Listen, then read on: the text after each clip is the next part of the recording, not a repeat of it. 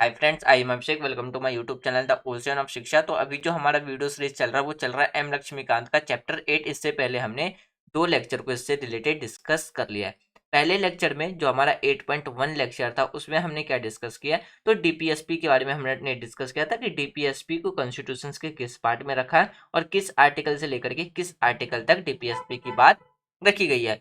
Second lecture में हमने DPSP के जो जितने भी जो आर्टिकल है उसको डिस्कस किया था कि आर्टिकल 36 से लेकर के 51 तक में क्या क्या बातें रखी गई है।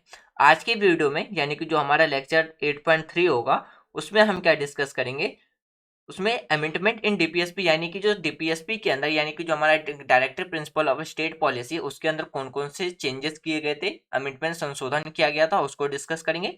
और दूसरा जो टॉपिक होगा वो हमारा होगा क्रिटिसिज्म ऑफ डीपीएसपी यानी कि जो हमारा डीपीएसपी है उसकी जो आलोचनाएं की गई है उसको हम डिस्कस करेंगे, जो कि 4 पॉइंट में हमारी डीपीएसपी की आलोचना देखने को मिलता है और की गई है। जैसे कि पहला है हमारा नो लीगल फोर्स, दूसरा इलीजो यानी कि एलॉजिकल अरेंज, तीसरा है हमारा कंजर्वेटिव और फोर्थ है हमारा कॉन्स्टिट्यूशनल कन्फ्लिक्ट। ये 4 टाइप से जो हमारा जो डीपीएसपी है उसको क्या किया गया है, तो क्रिटिसाइज किया गया है और क्रिटिसिज्म किया गया है।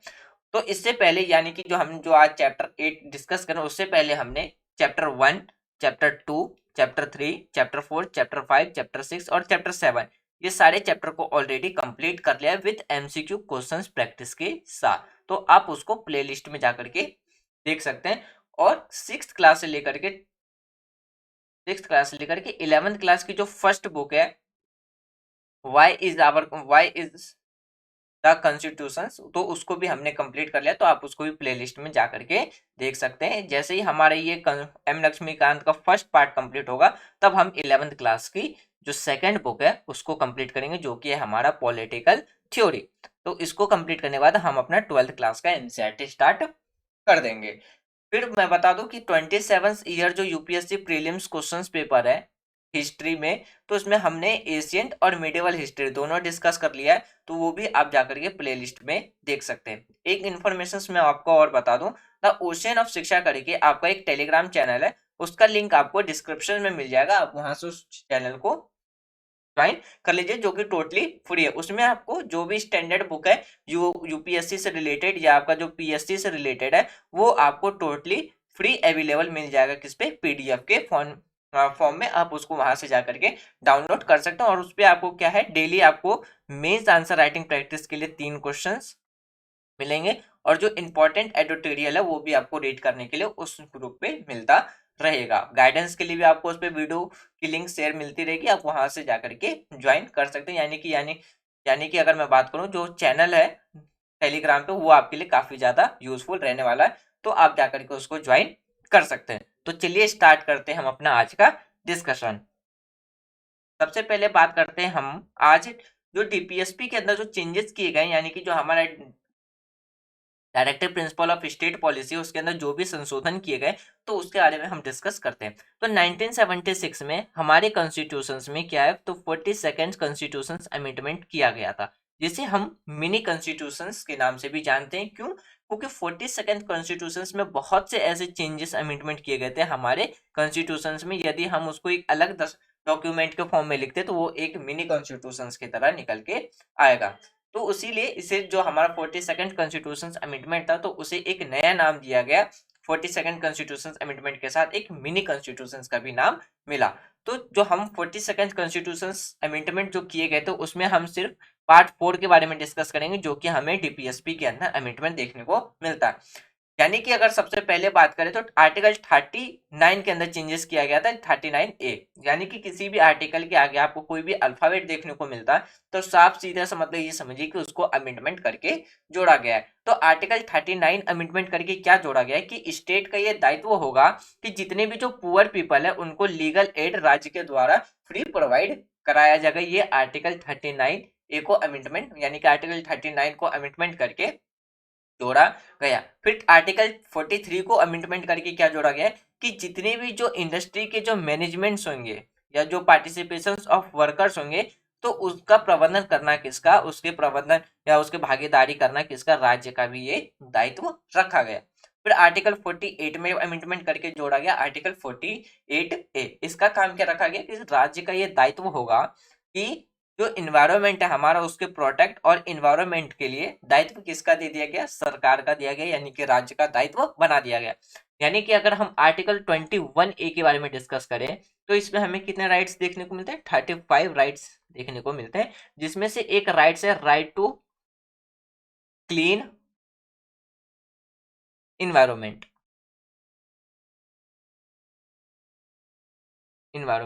और इसी को 42nd कॉन्स्टिट्यूशन अमेंडमेंट करके क्या किया, तो आर्टिकल 40A के रूप में जोड़ दिया गया डीपीएसपी के अंदर। फिर 44th कॉन्स्टिट्यूशन अमेंडमेंट किया गया था कब, 1977 में।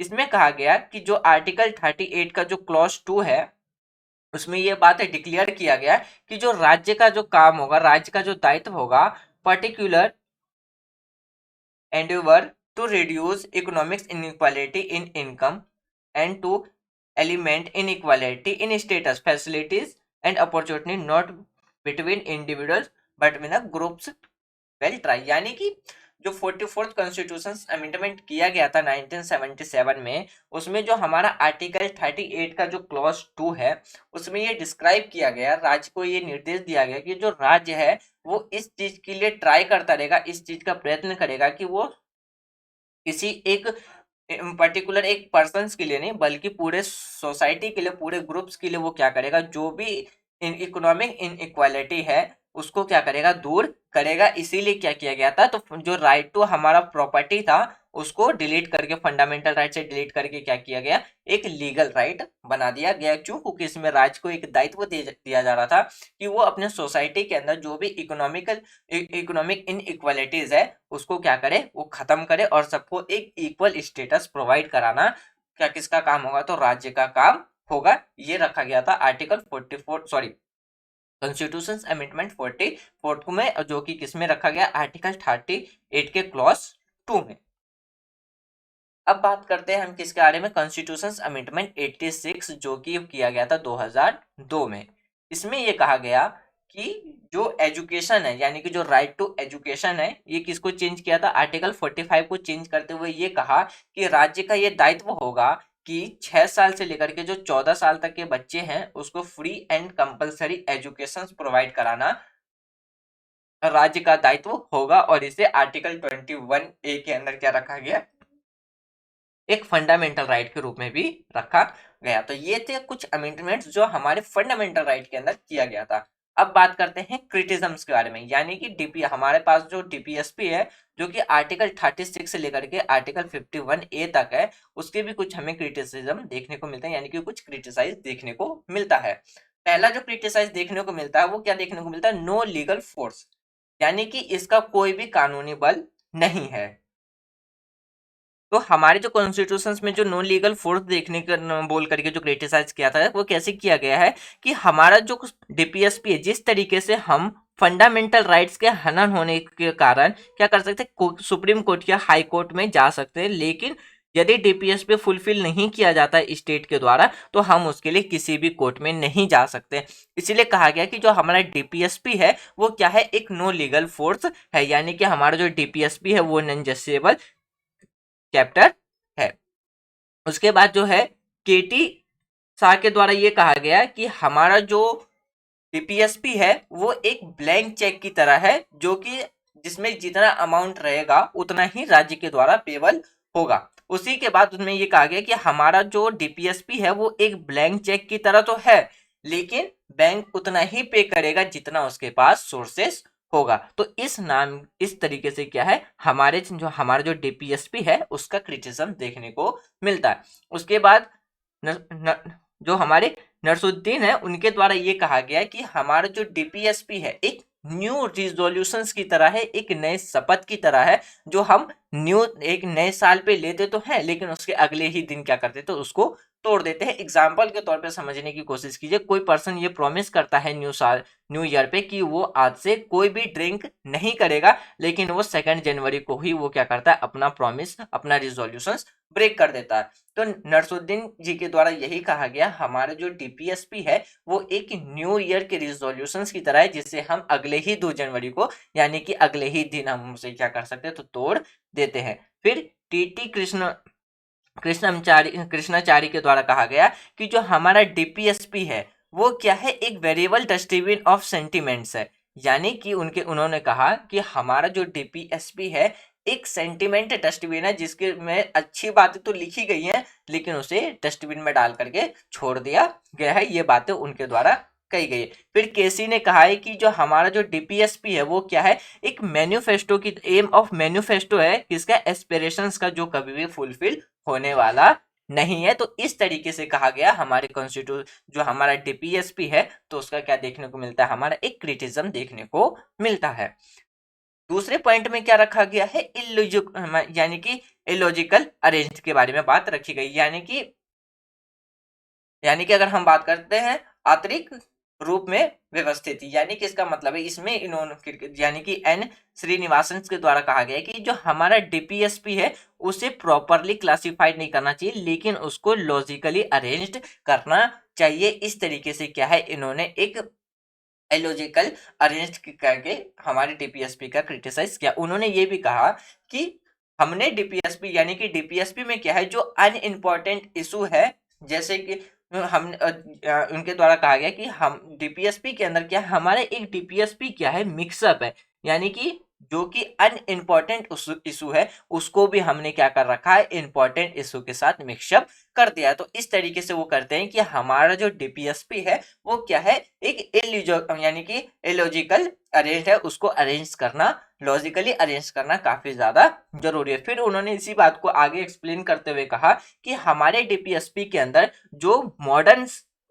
यानी कि अगर हम बात करते हैं ओल्ड एंड प्रीवियस जो सजेस्टेड थे उसे हमने क्या कर रखा है, तो मॉडर्न टाइम में क्या कर रखा है, तो मॉडर्न टाइम में रीजन को साइंस के साथ हमने क्या कर रखा है, बेस पर उसको सेंटिमेंट कर रखा है। यानी कि जो भी पुरानी विचारधारा थी उसको हमने आज के टाइम पे साइंटिफिक यानी कि साइंस के बेस पे उसको क्या कर रखा है, तो मर्ज कर रखा है। तो इस तरीके से हमारा जो इलॉजिकल अरेंज्ड डीपीएसपी में वो गलत है, और इस तरीके से हमारे कॉन्स्टिट्यूशंस में जो डीपीएसपी है उसका क्या किया जाता है, तो क्रिटिसाइज किया जाता है। सर इवोर जेनिस के द्वारा ये कहा जाता है कि to pointed out the this principle have no consensus philosophy, यानी कि जो हमारे सर इवर जेनिस है वो कहते हैं कि जो डीपीएसपी है वो क्या है, एक ऐसा प्रिंसिपल है, एक ऐसा सिद्धांत है जिसका कोई भी कंसेंस्ड फिलोसफी नहीं है, यानी कि अगर हम बात करें सिद्धांत का कोई भी सुसंगत दर्शन नहीं है। इस तरीके से क्रिटिसाइज किया जाता है किसके द्वारा, तो सर इवोर जेनिस के द्वारा।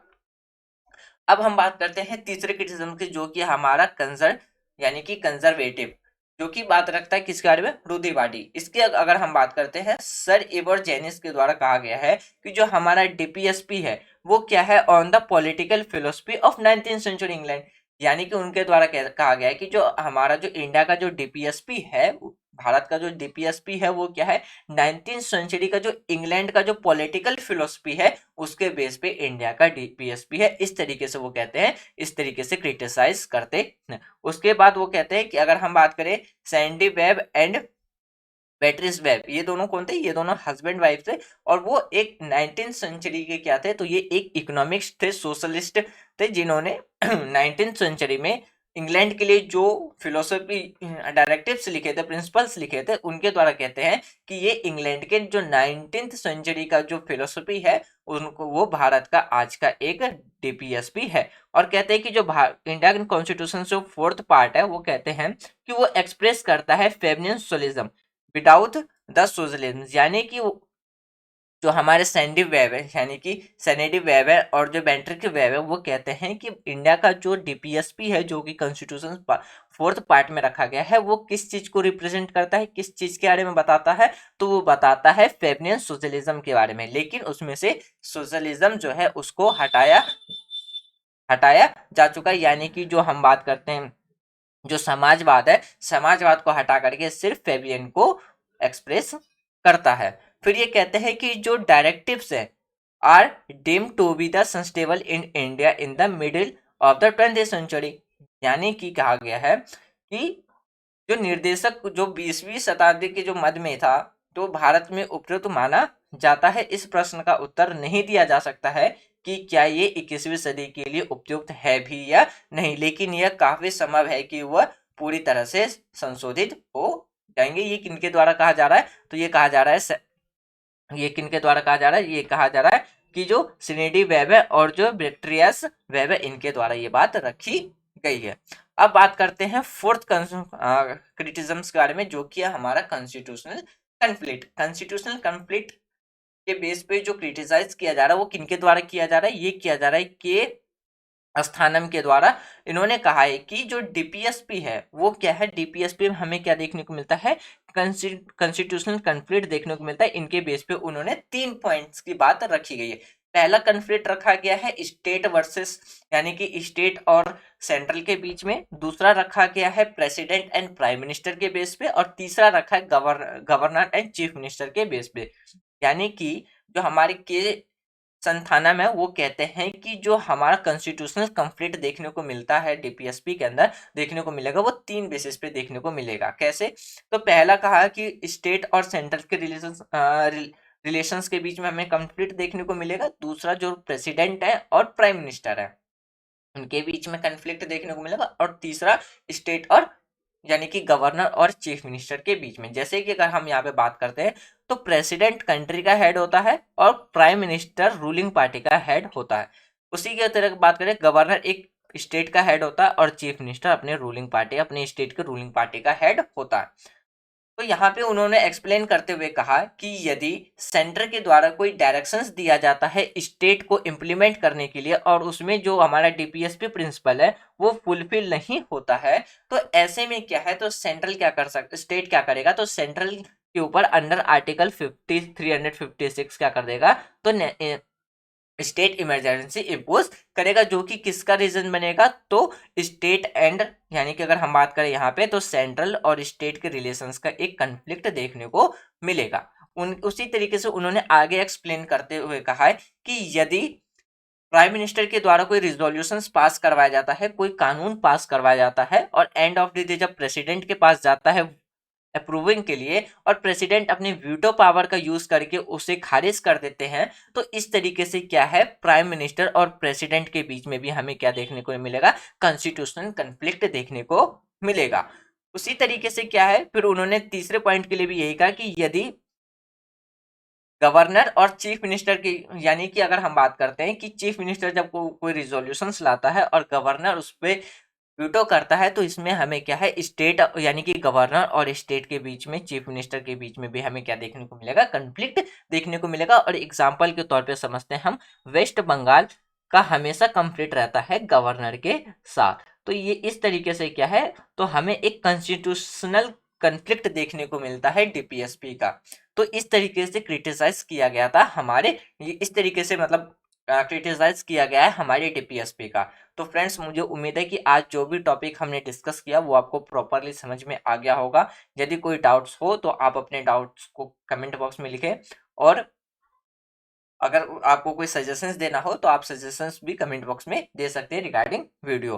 तो मुझे उम्मीद है आज जो भी हमने डिस्कस किया वो आपको प्रॉपरली समझ में आ गया होगा। यदि वीडियो सीरीज आपको पसंद आ रही हो तो आप वीडियो को लाइक कर सकते हैं, शेयर कर सकते हैं एंड चैनल को सब्सक्राइब कर सकते हैं, और आप टेलीग्राम चैनल भी ज्वाइन कर सकते हैं जो कि टोटली फ्री है, और उस पर आपको हर स्टैंडर्ड बुक पीडीएफ में एज अ फ्री पीडीएफ में आपको फ्री में प्रोवाइड मिल जाएगी। आप वहां से जाकर के भी डाउनलोड कर सकते हैं। तो thanks for watching friends, take care, जय हिंद।